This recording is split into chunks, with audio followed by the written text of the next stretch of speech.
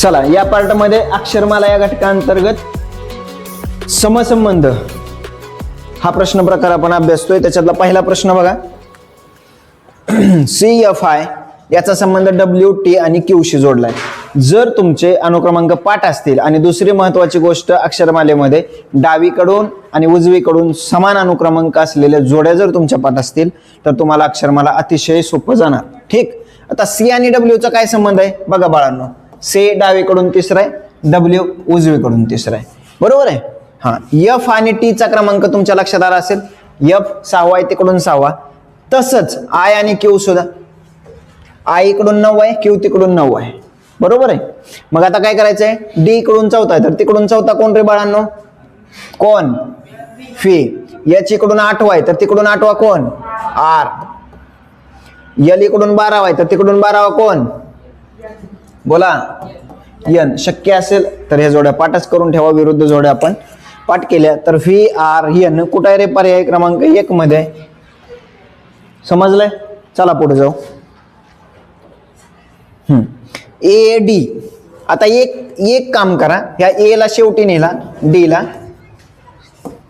बघा, D ला पहिल्यांदा आणला. मग तसं E ला शेवटी घेणार आणि G ला सुरुवातीला आणणार. पण मधला 5 जो आहे त्याचा काय संबंध आहे बघा बरं.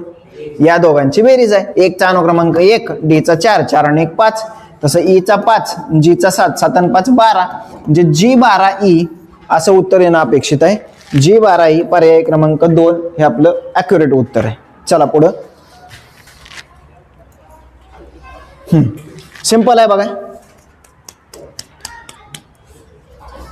याचे जर अनुक्रमांक लिहिले तुम्ही तर तुमच्या लक्षात येईल काय आहे. इथं 10, इथं 5, इथं 20, इथं 10, इथं 12, इथं 6. बाळांनो याचा भागाकार केला तर आपल्याला काय मिळतं. 2 मिळतं. मग याच्यामध्ये बघा इथं 18 आहे, इथं 6 आहे. येईल का 2 नाही 3 येणार.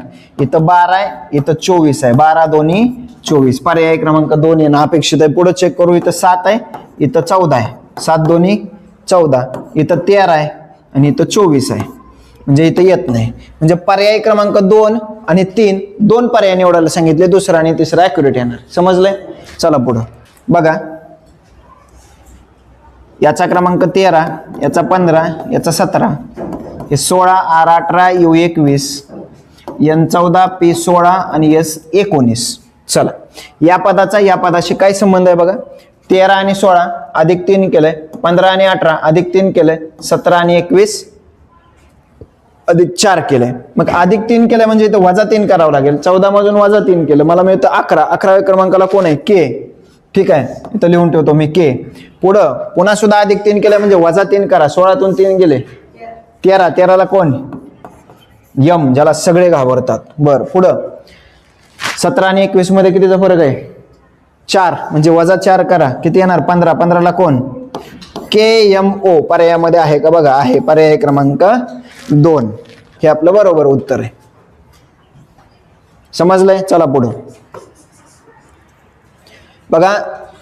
ADJ आणि BFM या पदाचा या पदाशी काय संबंध आहे बघा. A चा B शी काय संबंध आहे बोला.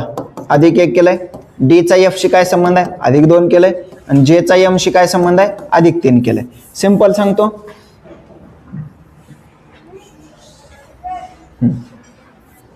1 4 10 2 6 13. इथून इथं गेलो अधिक 1, इथून इथं आलो अधिक 2 आणि इथून इथं आलो अधिक 3. सिंपल. तसं इथं काय करायचं. अधिक 1 करा. C च्या नंतर कोण येणार आहे लगेच. D येणार आहे बाळांनो. इथं अधिक 2 करा म्हणजे 9 आणि 2 11 कोण येणार रे. K येणार. आणि O च्या नंतर 3. 15 आणि 3 किती 18. DKR हे आपलं बरोबर उत्तर असणार आहे. DKR कुठे. पर्याय क्रमांक 1 मध्ये. समजलंय पक्का. चला पुढं.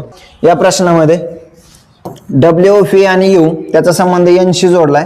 ठीक आहे. W चा पाठीमागून क्रमांक किती आहे रे 3, Phi चा 4 आणि हा 5. यांची जर बेरीज केली तर काय येणार आहे आपल्याला 12 मिळणार आहे. आणि शेवटून 12व्या क्रमांकाला कोण आहे बघा तर N आहे. शेवटून 12वा कोण आहे N आहे. त्याच पद्धतीने जर T, S आणि R ची पाठीमागच्या अनुक्रमांक म्हणजे उजवीकडून अनुक्रमांक घेऊन बेरीज केली तर काय येणार आहे बाळांनो बघा. हा, T किती येणार आहे 6 येणार आहे. यस किती येणार आहे बाळांनो 7 आणि आर चा 8. बघा 15 आणि 6 21. पाठीमागून 21 कोण 5 10 15 20 21 कोण येणार ई येणार. मला कोण मिळणार ई मिळणार. पर्याय क्रमांक 4 हे आपलं बरोबर उत्तर. समजलंय. चला पुढे या प्रश्नामध्ये काय करायचं आपल्याला 2 पर्याय निवडायचे. थोडंसं लक्ष द्या. डी चा क्रमांक 4 आणि एच चा 8 त्याचा संबंध एनशी म्हणजे 14शी काही संबंध आहे का बघा. 4 आणि 8 किती रे बाळांनो 12 आणि 12 मध्ये 2 मिळवल्यानंतर मला मिळतोय 14. जर आपण इकडे केलं तर बी चा क्रमांक 2 एफ चा क्रमांक 6 यांची बेरीज किती आली 6 आणि 2 8. त्याच्यामध्ये जर 2 मिळवला तर 10 आणि 10 चा क्रमांक काय जे आहे का जे आहे. पर्याय क्रमांक 4 हे आपलं उत्तर आहे. अजून एक पर्याय पाहिजे आपल्याला बघा. अजून एक पर्याय पाहिजे. काय करावं लागेल 4 आणि 8 किती रे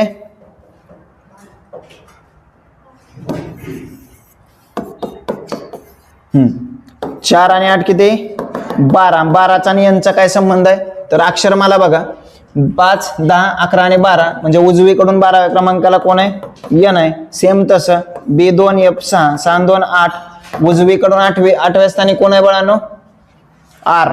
कोण आहे आर. म्हणून आर हे एक उत्तर येणार आपलं. पर्याय क्रमांक 2 आणि 4 बरोबर उत्तर असेल. चला पुढं LOH बघा.